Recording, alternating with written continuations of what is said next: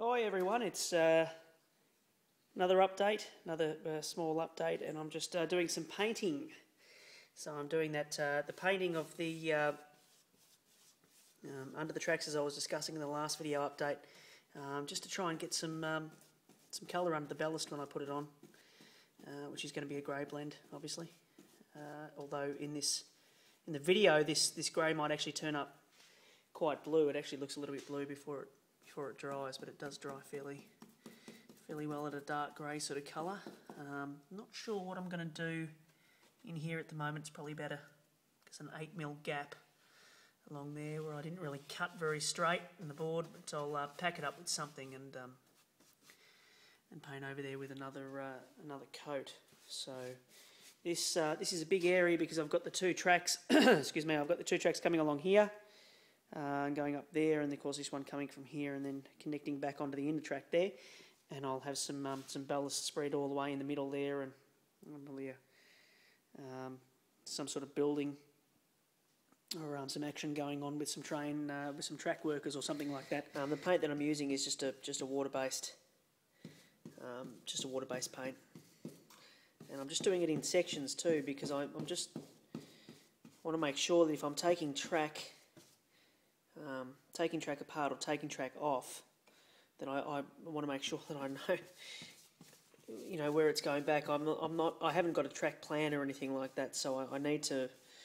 I could very easily lose track, pardon the pun, of where I need it all to be. So I've taken it off in sections like this section here, so that I know that when I put it back down again, it's going to just sort of click back into place. I am putting down my track directly onto the chipboard. There's a reason for that. I'll explain why in a second. It's probably not the most desirable thing to do, but that's what I've decided to do, and I'll tell you why. But this is coming up okay. This grey colour is actually not too bad. It's pretty good sort of colour. It's nice and dark. So the reason that I'm putting the track directly onto the baseboard, onto the chipboard here, is because of the way that I've done the original layout here on this on the dual level section here. I've put the track directly onto the board here, as I have here, and as I mentioned in the last video, I have, this is where I ballasted incorrectly because I just completely overdid it with the ballasting, which I won't be doing this time around. It's going to be a lot more light on. The reason I'm doing it is because I have to link up correctly to this layout, and I've thought about other ways of doing it, but I have to link up to that to be completely flat. I can't just go ahead and use cork underlay for all of this when I've already done it a specific way on the original layout. I am, however, probably going to use a thin cork underlay for this section down here, because this is raised a little bit here, as is this, because of how I've done the top level.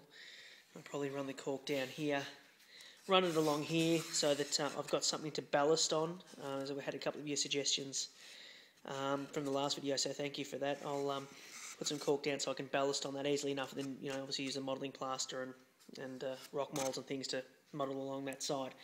Not sure exactly what this section's going to be, but I've actually been thinking I might actually make it a coastline, dealing with some rocks and a little bit of beach and the water and a little boat here or there. I'm not too sure. That's just an idea that I'm throwing up.